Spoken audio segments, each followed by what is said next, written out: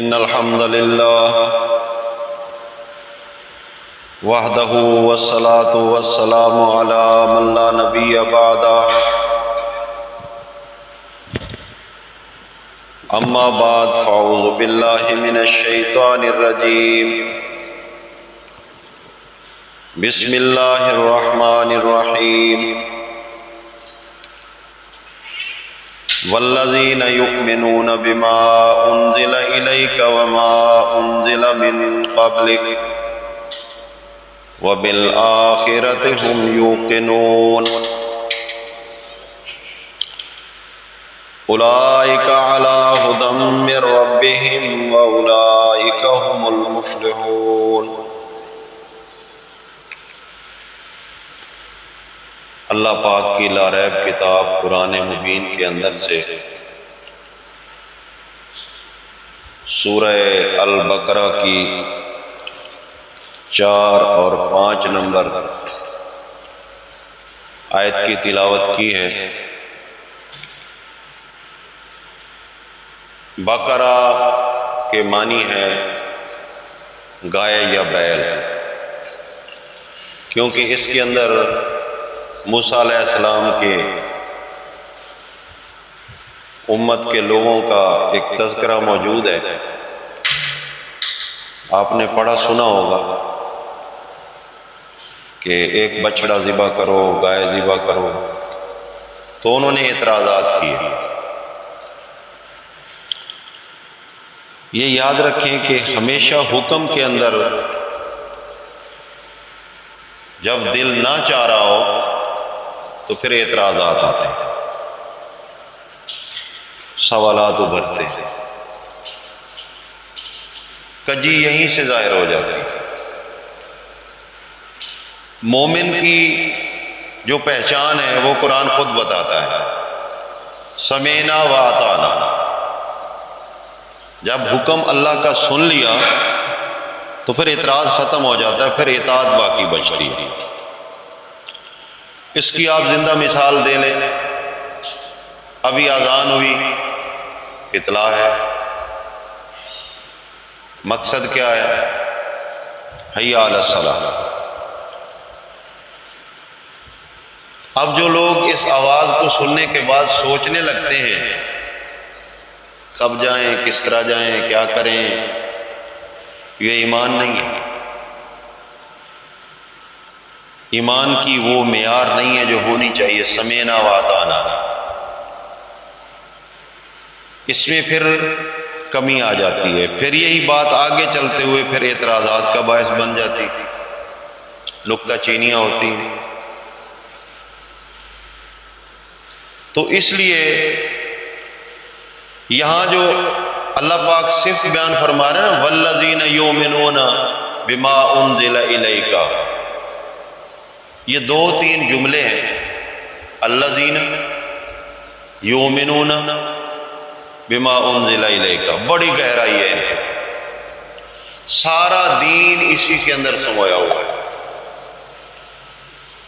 فرق کیا ہے؟ فرق یہ ہے کہ کوئی ایسا جوہر رکھنے والا انسان ہو جو اس کال کو سمجھتے ہوئے تہ کے اندر پہنچ کر وہاں سے جواہر نکال کے لائے۔ وہ جواہر کیا ہے؟ اس کی اپنی عملی زندگی۔ لیکن پڑھنے سننے میں بہت ہے، بار بار یہ چیز پڑھی جاتی ہے، سنی جاتی ہے، اور قرآن کا معنی بھی یہی ہے کہ بار بار پڑھی جانے والی کتاب۔ الذین، اس کا ایک معنی تو بنتا ہے جو لوگ، ایک معنی یہ ہے کہ وہ نڈر بہادر لوگ۔ جس طرح آپ دیکھ لیں کہ آپ کے اس شہر کے اندر لاکھوں کی آبادی ہو، شاید کروڑ تک بھی ہو، لیکن آپ بات کر رہے ہیں کسی خاص قبیلے کی، خاص علاقے کی، خاص گھرانے کی، تو آپ کہیں گے کہ ملتان شہر میں سے فلاں لوگ جو ہیں نا، فلاں لوگ، سارے نہیں، فلاں لوگ جو ہیں وہ اس خصوصیت کے حامل ہیں، پھر آپ ان کی خوبی بیان کریں گے، اچھے ہیں، با اخلاق ہیں، انصاف والے لوگ ہیں، ناپ تول میں کمی نہیں کرتے، گالی گلوچ نہیں کرتے، عبادت گزار لوگ ہیں، مطلب جو بھی خوبیاں ہیں آپ بیان کریں گے۔ اب اس کے اپوزٹ ایک بات ہے، اسی شہر میں سے کچھ لوگ غلط کردار کے مالک ہیں، تو آپ کہیں گے کہ ملتان شہر میں سے کچھ لوگ ایسے بھی ہیں جو فلاں علاقے فلاں جگہ میں رہتے ہیں، ان کا قول فعل اس میں تضاد ہے، جھوٹ بولتے ہیں، ہیرا پھیری کرتے ہیں، لڑائی جھگڑا کرتے ہیں، کبھی بھی کوئی اچھائی والا کام ان سے نہیں ہوتا، تو اللہ زینہ کا وہاں عطف پڑ جائے گا۔ ابھی اسی سورہ بقرہ میں آپ دیکھیں، اللہ پاک فرماتے ہیں اما یاتینکم منی ھدی، یہ کب کہا؟ جب آدم علیہ السلام کو اس مقام سے تنزلی دی جس پر ان کو رکھا گیا تھا بنانے کے بعد کہ یہ جنت ہے، کھاؤ پیو مزے کرو۔ جب غلطی ہو گئی، تنزلی ہوئی، تو کیا فرمایا؟ اب جاؤ تم دارالامتحان میں آ چکے ہو، اما یاتینکم منی ھدی، جب بھی میری طرف سے کوئی ہدایت نامہ آئے، کوئی حکم آئے، کوئی آرڈر آئے، یہاں ھدی اس لیے کہا، الہدیٰ نہیں کہا، کیونکہ آدم کے اس تنزلی کے بعد کئی احکامات آنے تھے جن کو صحائف اور کتاب کہا جاتا ہے، کسی ایک کتاب کی بات نہیں کی۔ اس میں بھی ایک علمی نکتہ ہے، ایک گروہ ایسا آج بھی موجود ہے جو یہ دعویٰ کرتا ہے کہ جی شروع سے یہی قرآن ہے اور کوئی کتاب نہیں ہے، وہ ان کی حماقت ہے۔ کتابیں آئی ہیں، صحف ابراہیم و موسیٰ کے نام سے بھی آئی ہیں، تورات انجیل زبور کے نام سے بھی آئی ہیں، ہاں آخر میں قرآن ہے۔ تو یہاں کیا ہے؟ منی ھدی، جب بھی کبھی بھی کوئی ہدایت میری طرف سے آئے، فمن تابع ھدی، یہاں تابعہ کا لفظ بڑا اہم ہے۔ تابع اتباع سے ہے، اتباع کا مطلب یہ ہوتا ہے اپنی مرضی نہیں چل سکتے، اپنی مرضی نہیں چل سکتے۔ اب یہ دو لفظ ہیں، اطاعت اور اتباع، جہاں اتباع آتا ہے وہاں اطاعت سے آگے نکل کر مفہوم ہوتا ہے۔ تو فمن تابع ھدی، مطلب یہ ہوا کہ میری ہدایت کی ایسی اتباع کرنی کہ اعتراض کی گنجائش باقی نہ بچے۔ اعتراض کی بھی پھر کئی قسمیں ہوتی ہیں، ایک قسم تو یہ ہوتی ہے کہ اس کے اندر کوئی شک ہے، یہ بھی اعتراض ہو سکتا ہے۔ ایک اعتراض کی قسم یہ بھی ہوتی ہے ہاں یہ ٹھیک ہے لیکن سوچیں گے، یہ بھی اعتراض ہے، اور یہ ہمارے مسلمانوں میں عام چیز ہے۔ بڑے سے بڑی بات یہ کر دیتے ہیں، یار دعا کرو، بھائی نماز پڑھا کرو، ہاں بھائی یار دعا کرو، او بھائی مسجد میں آیا کرو، اللہ کا قرآن سنا کرو، درس قرآن سنا کرو، توحید کا علم حاصل کرو، آپ کی نجات ہوگی، ہاں یار دعا کرو، صرف ایک لفظ بولا جاتا ہے، یہ بھی اعتراض ہے۔ اگر کوئی دعا نہ کرے تو کیا آپ ہدایت کو نہیں قبول کریں گے؟ سارے کام آپ اپنی مرضی سے کر رہے ہو، دکان اپنی مرضی سے دعا کی ضرورت نہیں، کھانا اپنی مرضی سے دعا کی ضرورت نہیں، لباس اپنی مرضی سے دعا کی ضرورت نہیں، شادی کر لی اپنی مرضی سے، جب دین کے کام کرنے کی باری آئی تو کہ یار دعا کرو، اگر تم دعا نہیں کرو گے تو میں کر نہیں سکتا۔ یہ کیا ہے امکانات ہو؟ اللہ زینہ کے مفہوم کو سمجھو، یہ نڈر لوگ ہیں، وہ کام کرنے والے لوگ۔ سب سے پہلے یہاں صحابہ آئیں گے، انہوں نے کام کیا، اللہ نے سند دے دی، لقد رضی اللہ عنہم ورضوا، سند آ گئی۔ آگے پھر آپ لوگوں کے لیے بھی قیامت تک کی سند ہے۔ کیا سند ہے؟ فَإِنْ آمَنُوا بِمِثْلِ مَا آمَنْتُمْ بِهِ، اسی طرح چلنا پڑے گا جس طرح صحابہ چلے ہیں۔ فقد اہتدوا، پھر ہدایت ملے گی، پھر راستہ ملے گا، پھر آپ منزل تک پہنچیں گے۔ اب ہم اپنے اعمال کو، اپنے افعال کو، اپنے اقوال کو چیک تو کریں ذرا۔ تاریخ صحابہ بھی ملتی ہے نا، آپ دیکھیں صحابہ کرام کے درخشاں پہلو ہیں، ان کی زندگیوں کو دیکھیں، انہوں نے ایمان کے بعد کیا کیا ہے، ان کے اعمال کتنے ولولے، جذبے اور شوق کے ساتھ تھے۔ وہ تھے الذین میں، لیکن بعد والے بھی الذین کی اطاعت کریں گے تو بات بنے گی، اگر نہیں کریں گے انما ہم فی شقاق، پھر یہ آپس کی ضد اور تنازع ہوں گے، دین نہیں ہوگا۔ ہوش مندو غور کرو ذرا، معیار ہمارے سامنے ہے، کتنا مالک کریم مہربان کا احسان ہے، امتحان بھی سامنے ہے، پیپر بھی سامنے ہے، رزلٹ بھی بتا دیا گیا، نقل مارنے کا کہا گیا، نقل مارتے جاؤ۔ بھائی اگر کوئی طالب علم امتحان دے رہا ہو اور اس کے سامنے لکھا ہوا ایک پیپر پہ یہ کرنا ہے، لکھ لو، کوئی مشکل ہے؟ ڈل سے ڈل بھی اسٹوڈنٹ جو ہے نا 100% نمبر لے گا، یہاں کوئی اعتراض نہیں بچتا۔ لوگ کہتے ہیں ہم کوئی عالم دین ہے، ہم نے کوئی علم سیکھا ہو، ہم تو ان پڑھے لوگ ہیں، بھائی جاہل لوگ ہیں، دیہاتی لوگ ہیں۔ ارے اللہ پاک نے پیپر آؤٹ کر کے کتاب کی شکل میں تمہارے ہاتھ میں تھما دیا ہے، ابھی بھی تمہیں کوئی مسئلہ ہے؟ یہ ہے وہ سوچنے سمجھنے کی باتیں جن کی آج اشد ضرورت ہے۔ الذین یؤمنون، وہ نڈر لوگ جو ہیں، جو بہادر لوگ ہیں۔ اب یؤمنون کا معنی یہ زبانی کلامی نہیں ہے، یؤمنون کا مطلب ہے کہ وہ پورا یقین کے ساتھ یہ کام کر رہے ہیں، پورے یقین کے ساتھ۔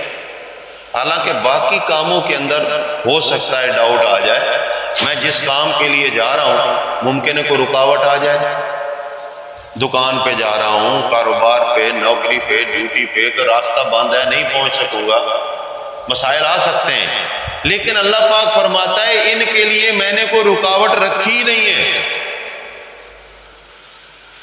اس راستے کی کوئی رکاوٹ نہیں، ہم نے خود رکاوٹیں بنا رکھی، ہماری فقہ ہے، ہمارے مذہب ہیں، ہمارے علماء ہیں، ہمارے فرقے ہیں، ہمارے گروہ ہیں، اعتراضات ہیں۔ جو اعتراض کرتا ہے مومن نہیں ہے، یاد رکھیں، وہ وہی بنی اسرائیلی ہے جنہوں نے موسیٰ علیہ السلام کے سامنے اعتراضات کی بارش کر دی، گائے کیسی ہو، رنگ کیسا ہو، کیا کرتی ہو، کیا نہ کرتی ہو، ہر بات میں لاجواب ہوتے آئے، جب کوئی راستہ نہ بچا تو پھر کہنے لگے الآن جئت بالحق، اب تو سچی بات لایا۔ اس کا مطلب پہلے جھوٹ بول رہا تھا وہ۔ کہیں ہماری کیفیت یہ تو نہیں ہے؟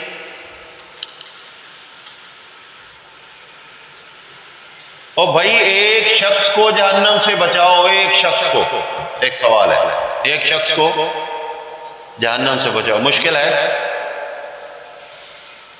نہیں۔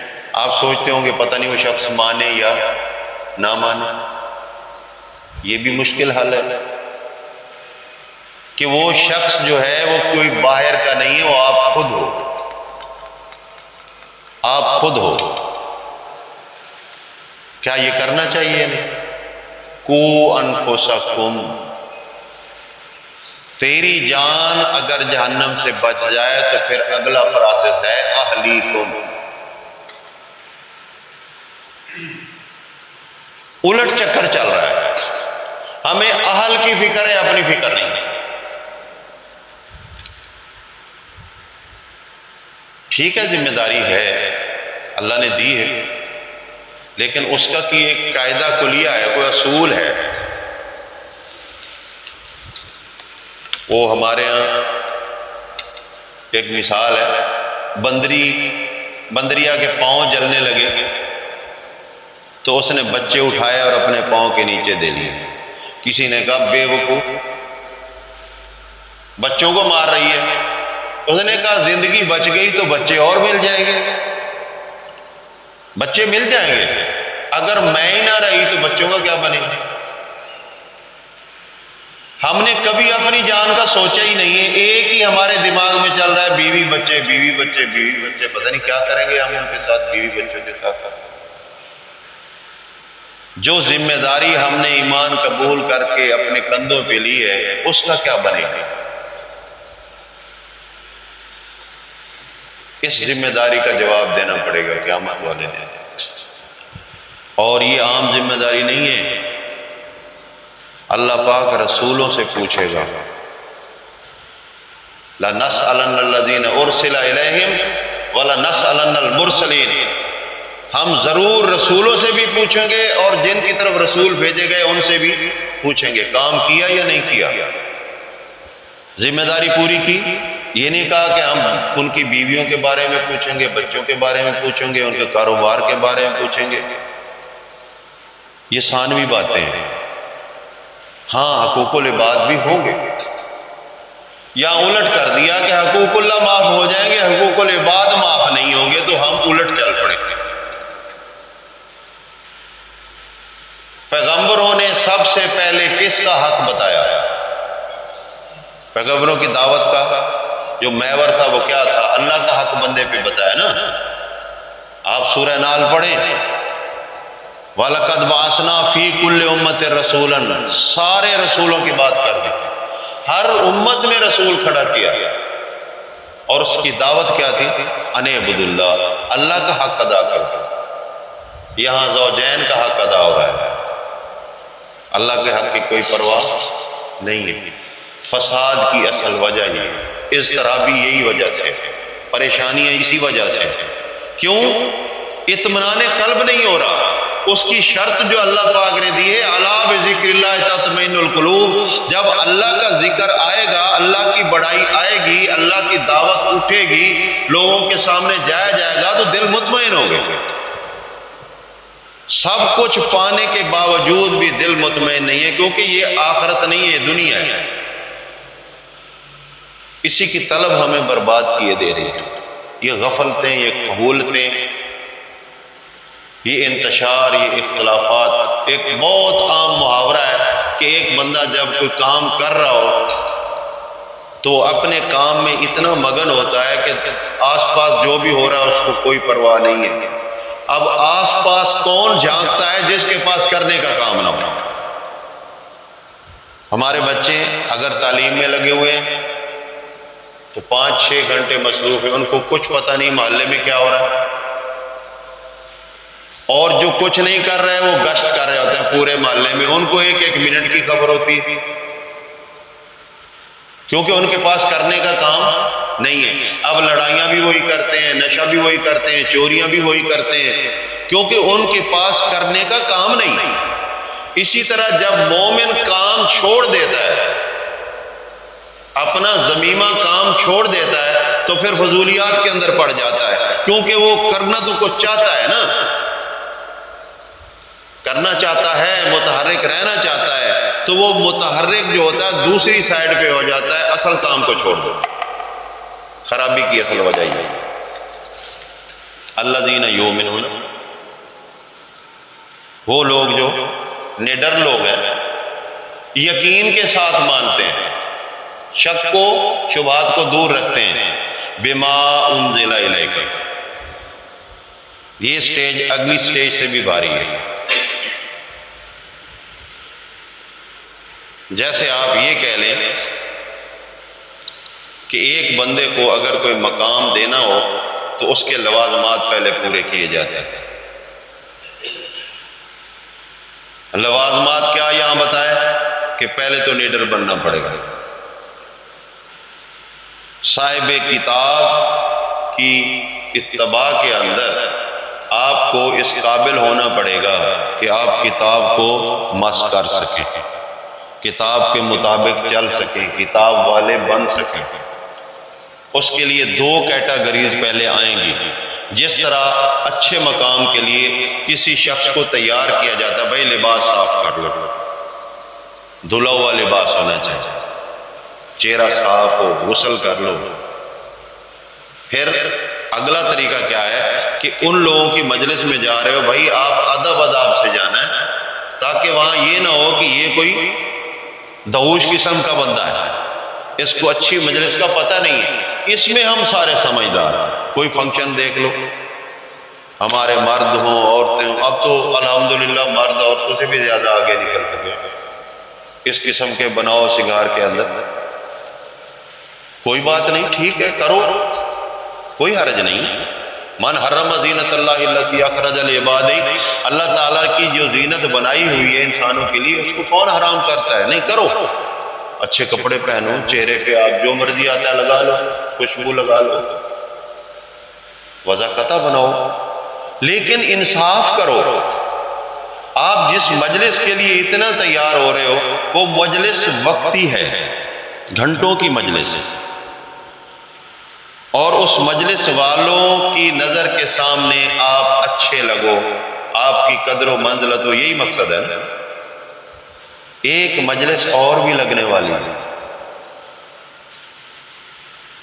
وہ مجلس ہے قیامت کی، جس کا پروسیس ہے 50,000 سال دن، 50,000 سال کا ایک دن۔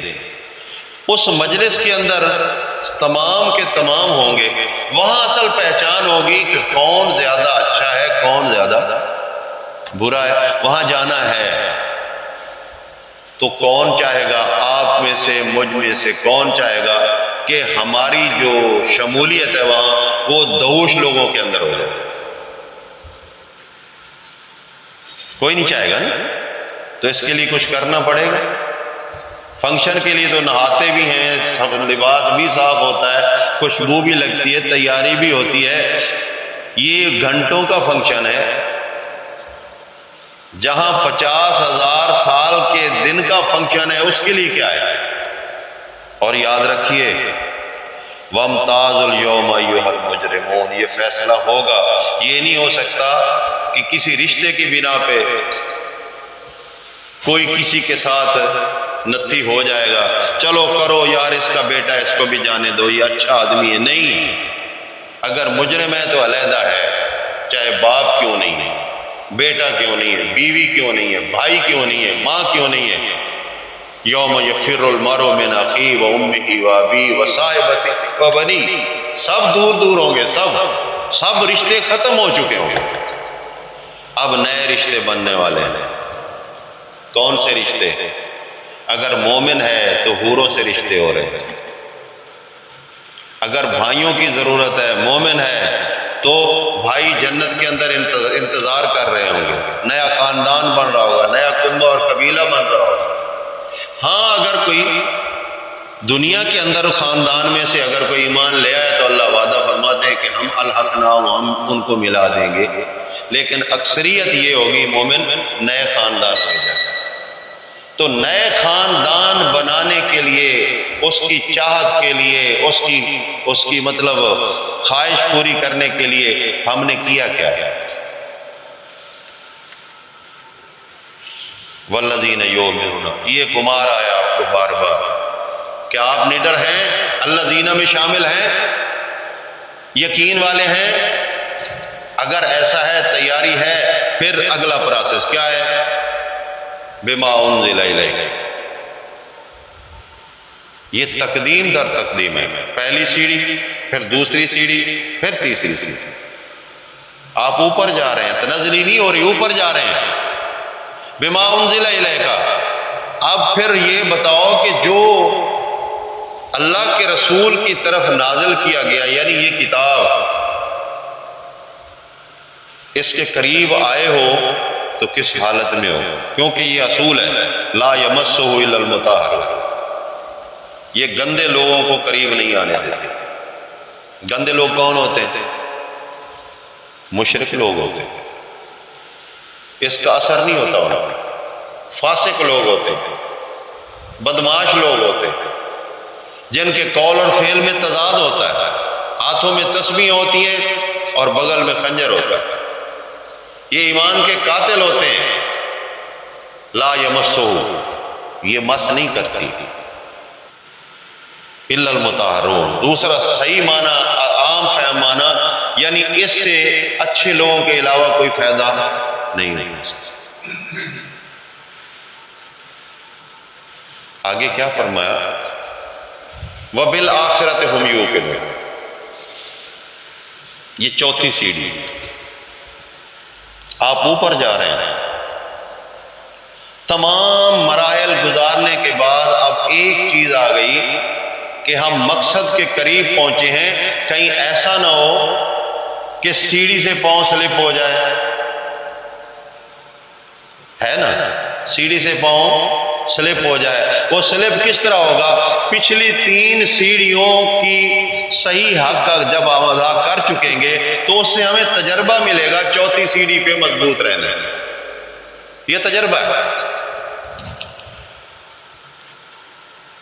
وگرنہ خطرہ ہے منزل پہ پہنچنے، منزل کے قریب جو پہنچ جائے اس کو زیادہ فکر ہوتی ہے کہ کہیں ایسا نہ ہو کہ کنارے پہ پہنچنے سے پہلے غرق ہو جاؤں. ہاں، جب منزل پہ پہنچ جاتا ہے تو پھر خوش ہوتا ہے، یا اللہ تیرا شکر. تو اب یہ آخرت کیا ہے اس کو سمجھنا. پہلی بات تو یہ ہے کہ اول کی موجودگی میں آخر ہو ہی نہیں سکتا. اگر آپ پہلی سیڑھی پہ کھڑے ہوں اور کہیں کہ ہم دوسری سیڑھی پہ ہیں تو ممکن ہے. پہلی سیڑھی چھوڑیں گے تو دوسری پہ جائیں گے. کئی مثالیں ہیں. آپ دن میں ہوں، کہیں ہم رات میں. آپ روشنی میں ہوں، کہیں ہم اندھیرے میں. ناممکنات ہیں نا. اسی طرح سے پہلا کنسیپٹ یہ ہے کہ جب اول ہے تو آخر نہیں ہے، جب آخر ہوگی تو اول ختم ہو چکی.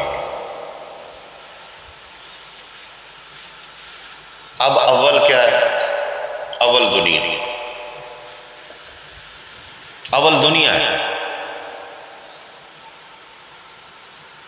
اخرى عربی میں دوسرے کو بھی کہتے ہیں، علاوہ کو بھی کہتے ہیں، آخرت کو بھی کہتے ہیں. معنی ایک ہی. کچھ ایسے لوگ امت کے اندر کھڑے ہوئے،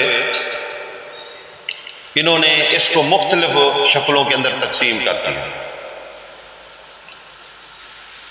کسی نے کہا دنیا بھی ہے اور آخرت بھی ساتھ ہے، لیکن زندگی کے ساتھ نہیں، مرنے کے بعد. اب قرآن سے پوچھتے ہیں قرآن کیا کہتا ہے. سورہ طٰہٰ ہے.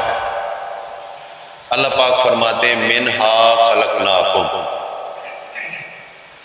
منہا، اسی زمین کی طرف اشارہ ہے، مؤنث ہے. ہم نے اسی سے تمہیں پیدا کیا. ثم نعیدکم، پھر اسی میں ہی پلٹائیں گے. اب پیدا ہوا تب بھی ادھر، مرا تب بھی ادھر. یہ کیا ہے؟ جدھر پیدا ہوا دنیا ہے نا، اوپر سے تو نہیں آیا، یہ دنیا ہے. مرا تو پھر بھی کدھر ہوا؟ اسی دنیا میں ہے. یہی زمین ہے، یہی سارے معاملات ہیں. اب تیسری بات جب آئی پھر معاملہ الٹ گیا. وَمِنْهَا نُخْرِجُكُمْ، اب اخراج ہو رہا ہے. اب یہ ٹھکانہ نہیں رہے گا، کیونکہ اخراج کو سمجھتے ہیں نا، نکال دینا. پہلے خلقنا آیا ہے. غور کریں ذرا، قرآن پہ تدبر کرنے سے بات بنتی ہے. منہا خلقناکم، ہم نے تمہیں اسی میں سے پیدا کیا. اب یہاں دوسری بار آ گیا نخرجکم،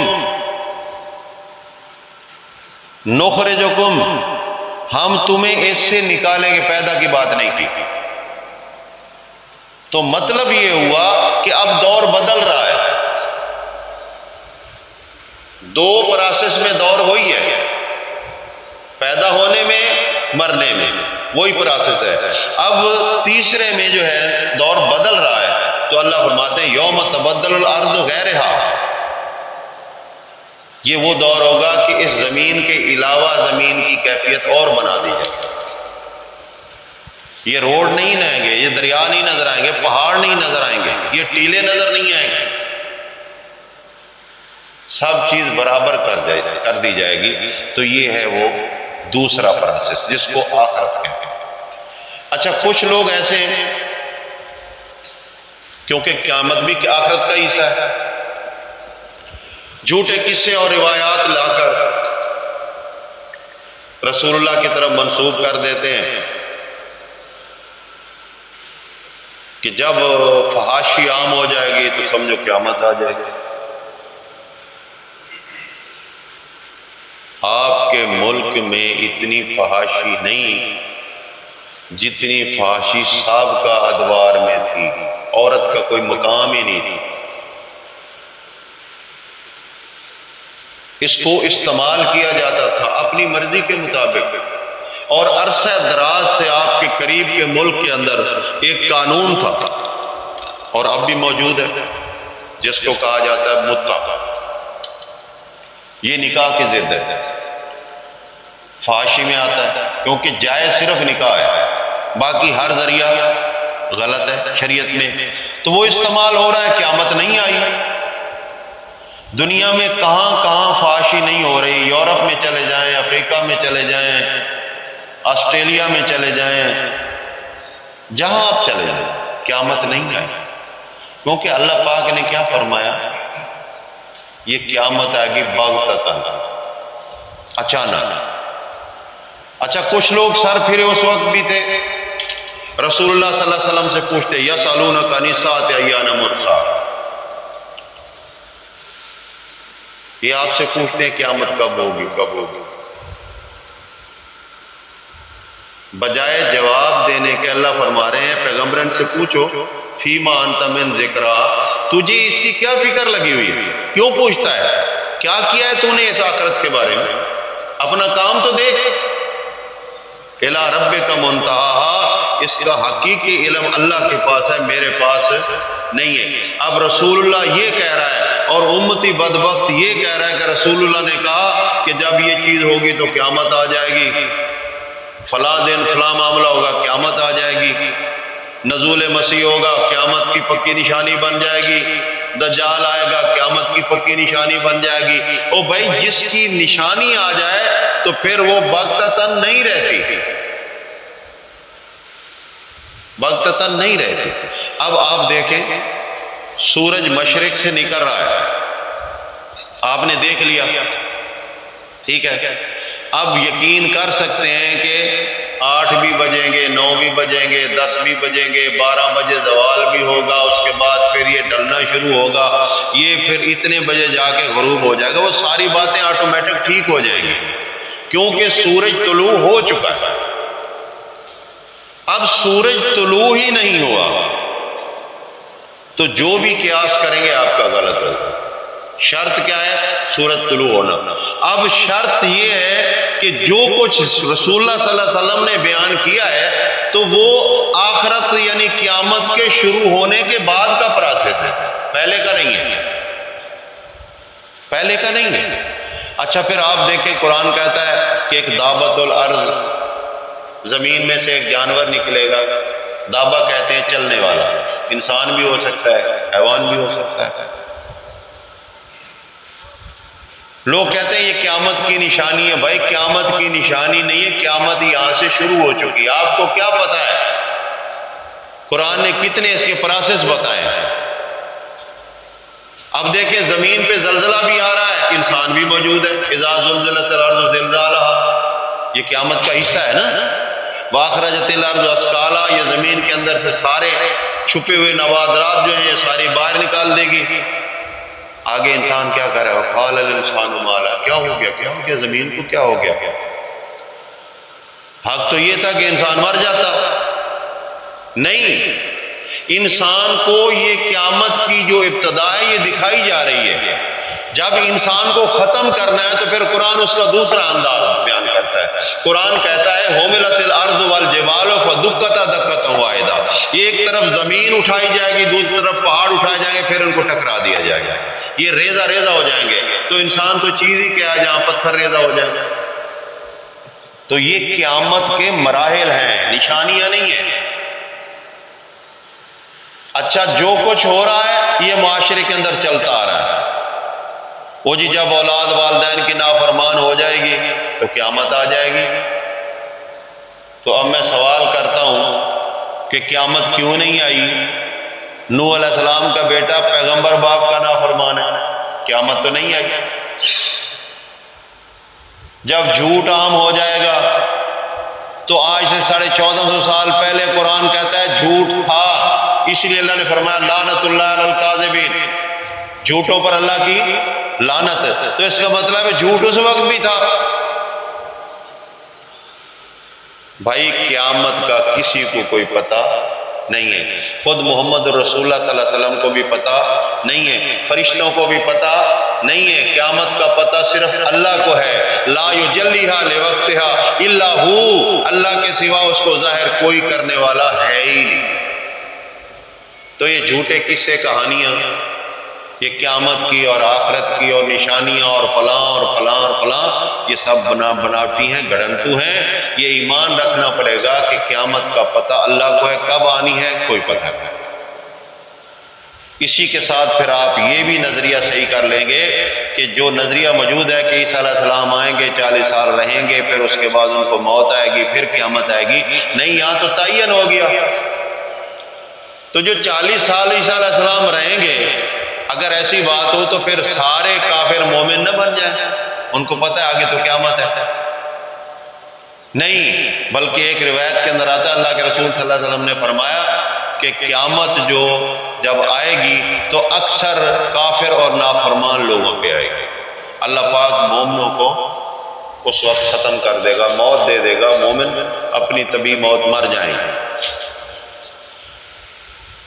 تو میں یہ عرض کر رہا تھا کہ آخرت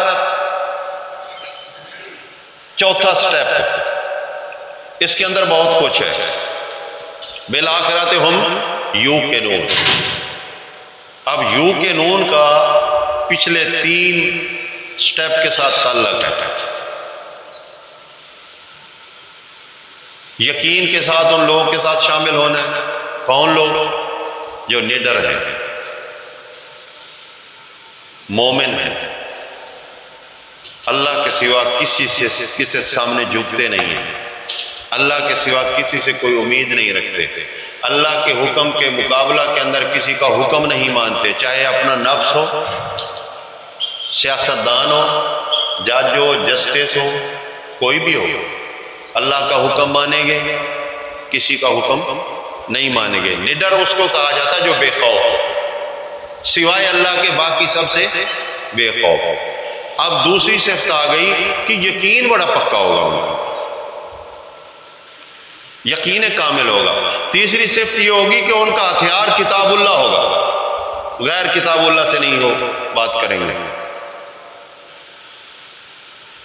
آج جو مسئلہ ہمارے درمیان ایک بڑا پریشان کن بنا ہوا ہے، بیچارے سادہ لوگ بھی اس کے اندر پھنس جاتے ہیں. اگر کوئی بندہ معاہد اللہ کی کتاب پیش کرتا ہے تو سامنے والا مخالف کہتا ہے یہ منکر حدیث، یہ منکر حدیث. بھائی کیسے کہ اللہ کے رسول کی حدیثوں کو نہیں مانتا؟ اب میرا سوال یہ ہے کہ اللہ کے رسول نے اللہ کی حدیث کو مانا یا نہیں مانا؟ سوال ہے، مشکل بات نہیں ہے، سمجھ آنے والی بات ہے. اللہ کی حدیث کون سی ہے؟ قرآن ہے. تو اللہ کی حدیث کو رسول اللہ نے مانا ہے نا. تو اللہ کی حدیث کو رسول اللہ نے ماننے کے بعد اپنی حدیث اس کے خلاف کیوں بیان کی؟ کہیں آپ کو غلط فہمی تو نہیں ہو رہی؟ کچھ سوچو ذرا کہ رسول اللہ کی حدیث اور اللہ کی حدیث آپس میں کبھی اختلاف میں آ نہیں سکتے. جو کچھ آپ کہہ رہے ہو تو اللہ کی حدیث کے خلاف ہے. قرآن کے خلاف ہے۔ آپ سورہ نساء پڑھیں، اللہ فرماتے ہیں ان الذین یفرقون بین اللہ ورسلہ، جو لوگ اللہ اور رسول کے درمیان ٹکراؤ پیدا کرتے ہیں، اولئک هم الکافرون حقا، یہی پکے کافر ہیں۔ تو اس کتاب کو مضبوطی کے ساتھ پکڑو، یہ منشور ہے۔ حدیث رسول صلی اللہ علیہ وسلم جس کو کہا جاتا ہے وہ حدیث نہیں ہے، وہ سنت رسول ہے، اس کتاب پہ عمل ہے۔ لیکن بیچارے نادان لوگ بھی کہتے ہیں ہاں یار یہ حدیث کو جو نہیں مانتے نا، یہ تو واقعی جہنمی لوگ ہیں، ان کے ساتھ تو چلنا بھی نہیں چاہیے، کھانا نہیں چاہیے، نماز نہیں پڑھنی چاہیے، ان کے ساتھ مسجد میں نہیں بیٹھنا چاہیے۔ یہ بیچارے بولے بالے لوگوں کو تو گمراہ کر لیں گے، لیکن کل قیامت والے دن اللہ کو کیسے دھوکہ دے دیں گے؟ تو یہ بات بھی سمجھنا ہے کہ جو بات اللہ کی کتاب کے خلاف آ جائے وہ حدیث رسول صلی اللہ علیہ وسلم ہو نہیں سکتی۔ مثال کے طور پر اللہ کے رسول صلی اللہ علیہ وسلم پہ یہ قرآن نازل ہوا، سورہ نحل میں اللہ نے فرمایا اموات غیر احیاء، جو مر گیا وہ زندہ نہیں ہو سکتا، ٹھیک ہے۔ اب اگر کوئی رسول کی حدیث کا نام لے کر یہ کہے کہ مرنے والا جوتوں کی چاپ سنتا ہے، تو اس نے رسول کی عزت کی ہے یا بے عزتی کی؟ یہ گستاخ رسول ہے یا نہیں؟ کیونکہ رسول نے تو اللہ کی کتاب کے خلاف نہیں کیا، اب یہ رسول پہ الزام لگا رہا ہے کہ رسول نے کتاب اللہ کے خلاف کیا۔ اللہ فرماتا ہے پیغمبر تو مردوں کو نہیں سنا سکتا، انک لا تسمع الموتى، یہ امتی کے جوتوں کی چاپ بھی سنوا رہا ہے، شرم نہیں آئی؟ وجہ کیا ہے؟ ہم لوگ دھوکے میں کیوں آتے ہیں؟ اس وجہ سے آتے ہیں کہ ہم نے اللہ کی کتاب کو کبھی غور سے پڑھا ہی نہیں، کبھی اس کو سمجھا ہی نہیں ہے، اس پہ وقت لگایا ہی نہیں ہے۔ ایک مثال سناتا ہوں آپ کو۔ ہمارے علاقے میں ایک بزرگ ہے، ایک دن بیٹھے ہوئے تھے، وہ کہتا ہے یار تمہیں ایک بات سناؤ۔ میں نے کہا سناؤ۔ کہتا ہے میری بھانجی رہتی ہے انگلینڈ میں، وہ ملنے کے لیے آئی، میں نے اس سے کہا بیٹا وہاں تم کیسے دینی کام کر لیتے ہو؟ وہ منع نہیں کرتے انگریز لوگ؟ اس نے کہا نہیں منع نہیں کرتے، بلکہ گورنمنٹ کے انڈر مسجدیں بنی ہوئی ہیں، امام کو بھی تنخواہ دیتے ہیں اور ہم جا کے وہاں نماز پڑھتے ہیں، جمعہ پڑھتے ہیں، کوئی رکاوٹ نہیں ہے۔ اچھا انگریز بھی آتے ہیں؟ ہاں انگریز بھی آتے ہیں۔ تو پھر وہ کیا کرتے ہیں؟ پوچھا جا رہا ہے کہ انگریز کیا کرتے ہیں؟ بھائی ہمارے ذہن میں تو یہ نا انگریز مسلمان ہوتا ہی نہیں، حالانکہ انگریزوں میں بھی مسلمان ہوتے ہیں۔ تو وہ کیا کرتے ہیں؟ وہ جی جب قرآن ہمارا خطیب پڑھتا ہے تو اس کا انگلش میں ترجمہ کرتا ہے تو وہ روتے ہیں۔ بات یہ سمجھنے کی کہ انگریز قرآن سن کر روتے ہیں، تو بھائی وہ ماموں پوچھتا ہے بانجی سے تو آپ تو ہم تو نہیں روتے، ہم تو ویسے سنتے رہتے ہیں، ہم نہیں روتے۔ تو وہ کہتا ہے دیکھو کتنا فرق ہے، ایک ہے آبائی مذہب، ایک ہے قرآن والا مذہب۔ جس کو قرآن والا مذہب ملا ہے وہ روتا ہے قرآن سن کر، جس کو باپ دادا والا ملا ہے وہ بے قدر ہے، اس نے کیا رونا ہے؟ تو ہمیں باپ دادا سے ہی ملا ہوا ہے اور کچھ نہیں، مدر پیدر آزاد مسلمان، کوئی پابندی نہیں، کلمہ پڑھ لو کہتا ہے جنت میں چلے جاؤ گے۔ مولوی نے بڑا آسان علاج بتایا، کلمہ پڑھ لو جنت تمہاری ہے۔ تو کلمہ تو فرعون نے بھی پڑھا تھا، قرآن سے ثابت ہے، آمنت باللہ لا الہ الا ہوا، میں ایمان لایا اس اللہ پہ جس کے سوا کوئی الہ نہیں ہے۔ تو کلمے کا کیا مطلب ہے؟ ہم بھی یہی کہتے ہیں لا الہ الا اللہ۔ اس نے پڑھا تھا، کیا جنت میں چلا گیا؟ کلمے کی لاج رکھنے والا جنت میں جائے گا، پڑھنے والا جنت میں نہیں جائے گا۔ اور کلمے کی لاج رکھنے والا مواعد ہوتا ہے، اس کے اعمال اچھے ہوتے ہیں، اس کا کردار اچھا ہوتا ہے، اس کا اللہ پہ یقین کامل ہوتا ہے، وہ چھوٹے چھوٹے لالچ کے اندر آ کر ڈگمگا نہیں جاتا۔ ٹائم ہو گیا، ایک چھوٹی سی عرض کرتا ہوں، اس کے بعد انشاءاللہ جمعہ پڑھتے ہیں۔ ہم دنیا میں تجارتیں کرتے ہیں، کوئی ممانعت نہیں ہے، کوئی ممانعت نہیں ہے، لیکن ایک اہم تجارت ہے جس کو اللہ پاک نے اپنے پیغمبر کے ذریعے سے بیان کروایا ہے۔ اللہ فرماتے ہیں اے ایمان والو هل ادلکم علی تجارت، کہ میں تمہیں وہ تجارت نہ بتاؤں تنجیکم من عذاب علیم، وہ تجارت تمہیں دردناک عذاب سے بچا دے گی۔ تو کیا کرو، تؤمنون باللہ ورسولہ، اللہ اور رسول کے ساتھ یقین پورا رکھو، وتجاہدون، بات یہی ختم نہیں ہوئی، وتجاہدون، جہاد کا معنی ہوتا ہے کوشش کرنا، محنت کرنا، مشقت کرنا، فی سبیل اللہ، اللہ کے راستے میں، باموالکم وانفسکم، مال سے بھی اور جان سے بھی۔ جان سے کیا ہے، یہ نماز پڑھ رہے ہو، جان کا جہاد ہے، حج کر رہے ہو، طواف کر رہے ہو، جان کا جہاد ہے، اگر زکوٰۃ دیتے ہو تو یہ مال کا جہاد ہے، اگر آپ چل کر کسی یتیم کے پاس جا رہے ہو، اس کا گھر مطلب اس کا نفقے کا انتظام کر رہے ہو، تو یہ جان کا جہاد ہے۔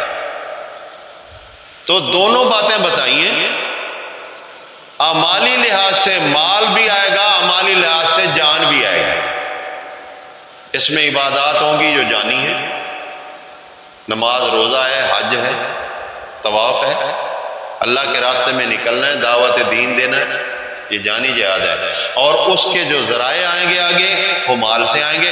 آپ کو سواری چاہیے، آپ کو کسی کو خیرات دینا ہے، کسی بھوکے کو کھانا خرید کے دینا ہے، کسی ننگے کو لباس پہنانا ہے، تو یہ ہے وہ تجارت جو ہم نے کرنی ہے۔ دنیا کی تجارت ہمارے مرنے کے بعد کسی کام کی نہیں ہوگی۔ ایسے ہی مثال ہے کہ ایک شخص درخت لگاتا ہے، ساری زندگی پانی لگایا، اس کو گوڈی کی، یہ کیا، جب پھل دینے لگا وہ مر گیا تو پھل سے محروم رہا۔ دنیا یہی کچھ ہے۔ کوئی بھی بڑا دولت مند جو ہے، جب دولت آ جاتی ہے تو اس کے بعد اس کی کیفیت دیکھو، اس پہ ساری پابندیاں لگی ہوتی ہیں۔ دولت کے انبار ہیں، تو نے گوشت نہیں کھانا، دودھ نہیں پینا، چائے بھی پینی ہے تو بالکل تھوڑا سا دودھ ڈالنا ہے، کوئی بھی طاقت والی چیز نہیں کھانی۔ کیوں نہیں کھانی جی؟ میں نے اتنا مال جمع کیا ہے۔ اچھا اگر کھانی ہے تو پھر مر جاؤ گے، مرو پھر ہارٹ اٹیک ہوگا۔ وہ کہے گا چلو یار اس کو دفع کرو، بھوکا مرنا صحیح ہے، بھوکا رہ جاؤں گا، دودھ چھوڑ دوں گا لیکن مروں گا نہیں، ہارٹ اٹیک سے نہیں مرنا چاہتا۔ یہ ہے وہ بد نصیبی، وہ دھوکہ ہے جس مال کے لیے تو نے اپنی جوانی لگا دی، آج وہ تیرے کام نہیں آ رہا۔ لیکن آخرت کی تجارت جو ہے وہ پرفیکٹ تیرے کام آئے گی۔ کیوں؟ اس وقت اللہ جنتی کو جوان بنائے گا۔ ایک سوال ہے جی، اگر کسی سے ایمان کی حالت میں کوئی عملی کوتاہی ہو جائے تو کیا اس شخص پر فتویٰ صادر ہو سکتا ہے؟ بھائی فتویٰ دینا آپ کا کام ہی نہیں ہے، فتویٰ اللہ کا چلتا ہے، ٹھیک ہے؟ رسول اللہ صلی اللہ علیہ وسلم نے اپنی زندگی مبارک میں کسی پہ فتویٰ نہیں دیا، حتیٰ کہ منافق بھی موجود تھے۔ منافق بہت گندے لوگ، دین کے دشمن۔ ہاں ایک فتویٰ دیا جب اللہ نے وحی کی، سورہ کافرون پڑھے، وہاں فرمایا قل یا ایھا الکافرون لا اعبد ما تعبدون۔ یہ فتویٰ وہ بھی اپنی طرف سے نہیں دیا، اللہ کے حکم سے دیا۔ فتویٰ دینا ہی غلط ہے، تقویٰ کی بات ہے۔ اگر کسی بھائی سے کوئی غلطی ہو رہی ہے تو اس غلطی کی اصلاح کر دو اچھے الفاظ کے ساتھ، بھائی بن کر فتوے نہ دو، نفرت نہ پھیلاؤ۔ یہ چند لوگ جو ہیں یہ تتر بتر ہو جائیں گے۔ موعظۃ الحسنہ کا حکم ہے ہمیں۔ حسن کا معنی آپ سمجھتے ہیں، بہت خوبصورت، اچھا انداز۔ اگر کسی بھائی سے ہو رہا ہے، مجھ سے بھی ہو سکتا ہے، آپ سے بھی ہو سکتا ہے، بشر ہے نا، تو غلطی کی اصلاح کیسے ہوتی ہے؟ قریب بھائی کو بٹھایا جائے، اکیلے میں، تنہائی میں، مجمع میں اس کو ذچ نہ کیا جائے، اس کو ذلیل رسوا نہ کیا جائے، بلکہ اکیلے میں اگر آپ اس کی خیر خواہی کرنا چاہتے ہو تو اس کے دل کو بھی تو مضبوط کرو۔ دل کو ٹھیس پہنچا کر اس کی اصلاح کرو گے، کیسے ہو سکتا ہے؟ نہیں ہو سکتا۔ تو انسان کبھی فرشتہ نہیں بنا، انسان خطا کار ہے، اس میں خطائیں آتی ہیں۔ یہ اجتماعات، پروگرامات، جمعے، یہ ساری چیزیں ایک دوسرے کی خیر خواہی اور اصلاح کے لیے ہوتی ہیں، نہ کہ فتویٰ لگانے کے لیے۔ ہمارا ماہانہ پروگرام، یہ دوسرا اعلان ہے، ہمارا ماہانہ پروگرام انشاءاللہ 10 ستمبر بروز اتوار صبح 10 بجے تا صلاۃ الظہر تک ہوگا۔ تمام ساتھیوں سے گزارش ہے کہ خود بھی شمولیت کریں اور دوست احباب کو بھی بھرپور طریقے سے دعوت دیں۔ شکریہ۔ اعلان بھی ہو گیا اور گزارش بھی ہو گئی، آئندہ سے تہیہ کریں کہ اپنے بھائیوں کی اگر اصلاح مقصود ہو، پہلی بات تو یہ کہ میں اپنی اصلاح کروں۔ ہاں انشاءاللہ یہیں اسی مسجد میں ہوگا، مسجد توحید میں، تو اسی مسجد میں جہاں آپ جمعہ پڑھ رہے ہو اسی میں انشاءاللہ پروگرام ہوگا۔ نیکسٹ جو ہے پھر دوسرے علاقے میں بدلہ میں یا میتلب میں ہوگا۔ تو میری پھر گزارش ہے للہ، کسی کی اصلاح کرنے سے پہلے ہم پہلے اپنی غلطیاں دیکھیں، ہمارے اندر کتنی غلطیاں ہیں، ان غلطیوں کو چھوڑیں، اور جب ہم غلطی چھوڑیں گے دیکھنے والا آٹومیٹک سمجھ جائے گا کہ یار اس نے غلطی چھوڑی ہے، صحیح کیا ہے، کیوں نہ میں بھی غلطی چھوڑوں۔ اگر ضرورت پڑ بھی جاتی ہے تو ایسا انداز ہو، تنہائی میں اپنے بھائی کو بلا کر اس کو بتا دیں کہ میاں آپ کے اندر یہ کمی، چھوٹے چھوٹے اختلافات ہوتے ہیں، آپ کے کپڑے ایسے ہیں، آپ کی چیرنی ایسے نکالی ہوئی ہے، آپ کی جیب میں مسواک نہیں ہے، شلوار اونچی نہیں ہے، شلوار نیچی ہے، داڑھی ایسی ہے، داڑھی کو کلر ایسا کیا ہوا ہے، مونچھیں بڑی ہیں چھوٹی ہیں۔ او بھائی یہاں کوئی فرشتے تھوڑی ہیں، اگر آپ صحیح ہو تو محبت کے ساتھ اس کی اصلاح کر دیں، جو صحیح ہے وہ ستر ہو جائے گا۔ اگر آپ اپنی اصلاح نہیں کر پاتے تو آپ کو حق نہیں ہے کہ دوسرے کے اوپر اعتراض اور کیچڑ کریں۔ اللہ تعالیٰ سمجھنے اور عمل کرنے کی توفیق عطا فرمائے۔ سبحان ربک رب العزت عما یصفون وسلام علی المرسلین والحمد للہ رب العالمین۔